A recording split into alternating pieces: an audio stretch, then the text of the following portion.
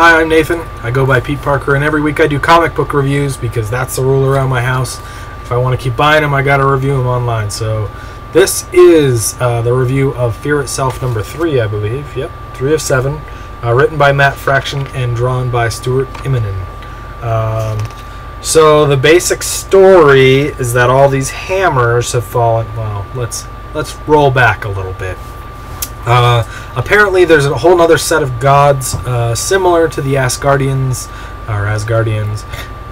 who are empowered by fear being generated. So the human populace really generates a lot of fear, sometimes depending on what's going on, and that feeds into their power. So the Red Skull's daughter Sin, who looks like is the new Red Skull more or less, found some of this out and released the main old god, the main old Allfather, who runs on fear, from his imprisonment, and in turn he brought all these hammers down to Earth, and the Odin took all the Asgardians away because he's seeing a prophecy being fulfilled, and a lot of people are getting empowerment, and they're getting from these hammers, and so they are going to spread throughout the world basically fear and chaos to make everybody afraid so that they become more and more powerful. And so in the thick of all this, you have Sin and some Nazi robot things attacking the capital, and then there's Bucky and the Black Widow and Shang-Chi and Falcon all down there defending the capital.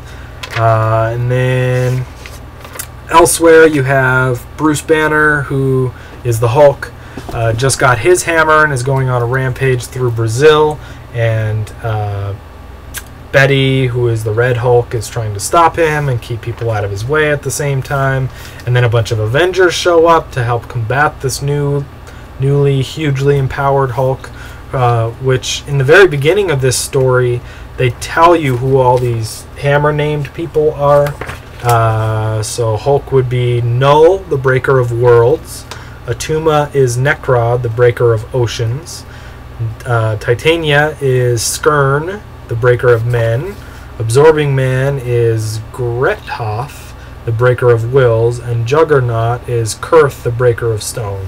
So it's kind of neat to see what their names are all together like that, and what their titles are, more or less. Their god titles or whatever. So, and it's an interesting combination of both these god type beings and the person that they've merged with, all in the same thing. It seems like they can flip back and forth and help a little bit, but not much.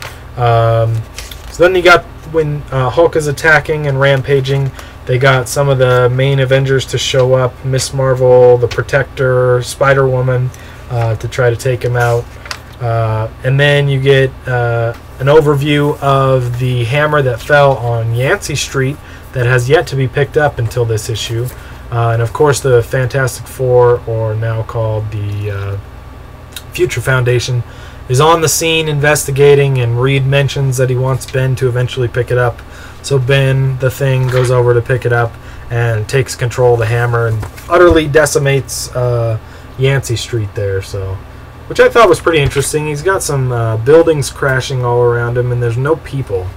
There's a lot of these destruction scenes where there's absolutely no one in the destruction, and I think it's based on young people reading these books, but it seems a little unrealistic.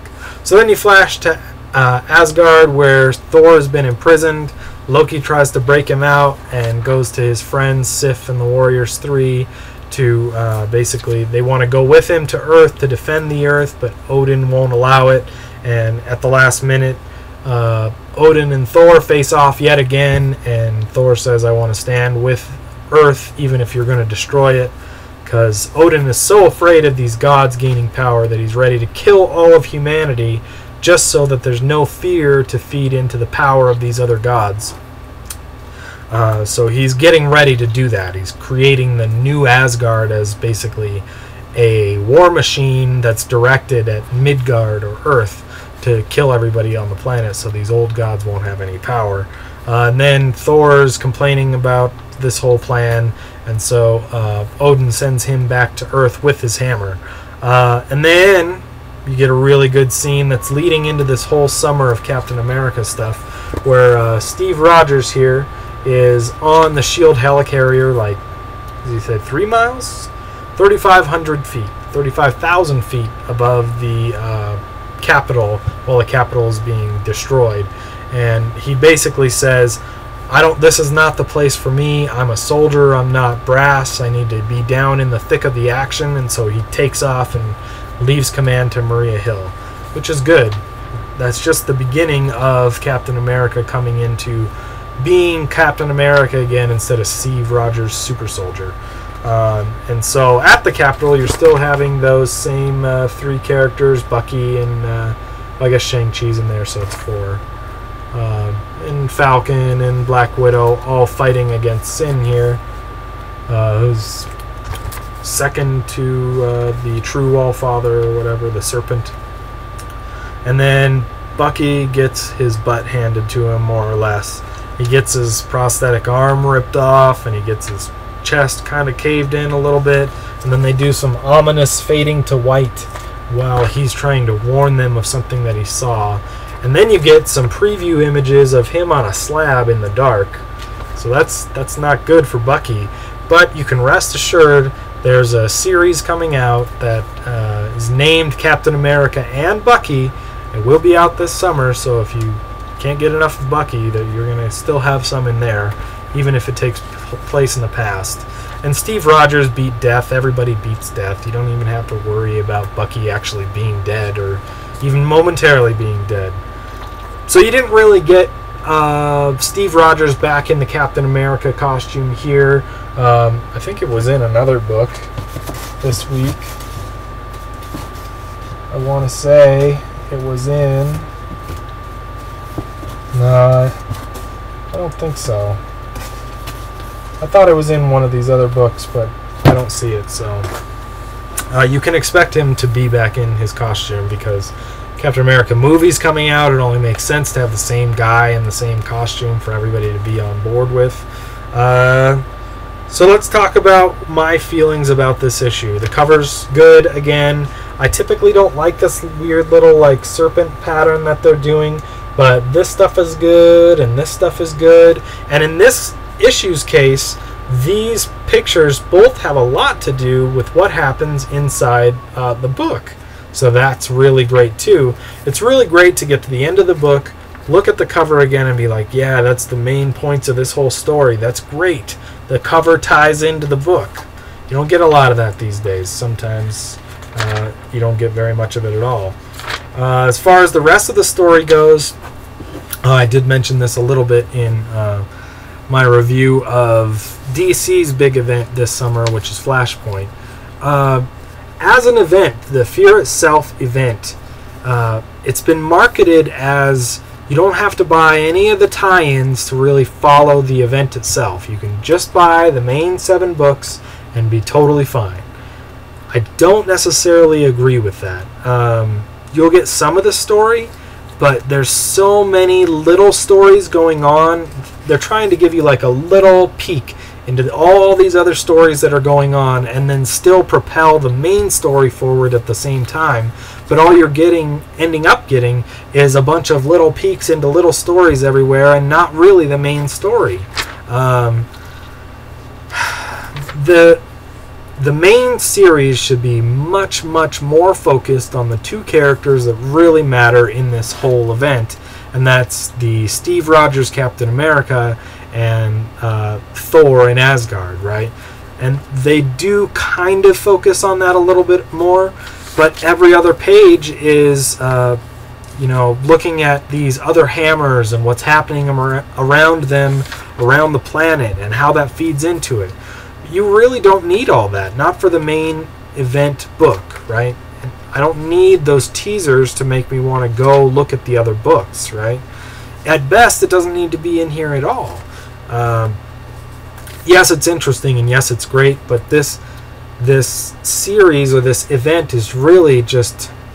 The main series is so much little stories put together, it doesn't make for one big good story altogether. I find myself just wanting the main story, just wanting the main two characters, what's happening with them, and very, very little of the 1 or 2 pages of other characters around the world, what's happening to them.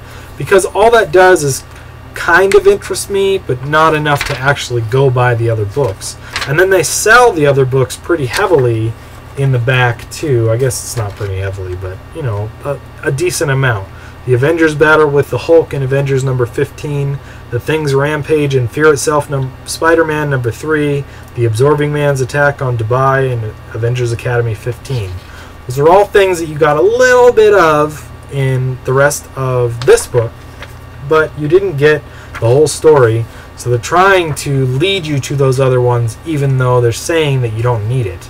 I personally don't think that this Fear Itself book, or the series of books, all 7 put together, will make for a very good story in the end altogether. Because there's just too much other little stuff that you only get a glimpse of and isn't resolved. It's resolved elsewhere.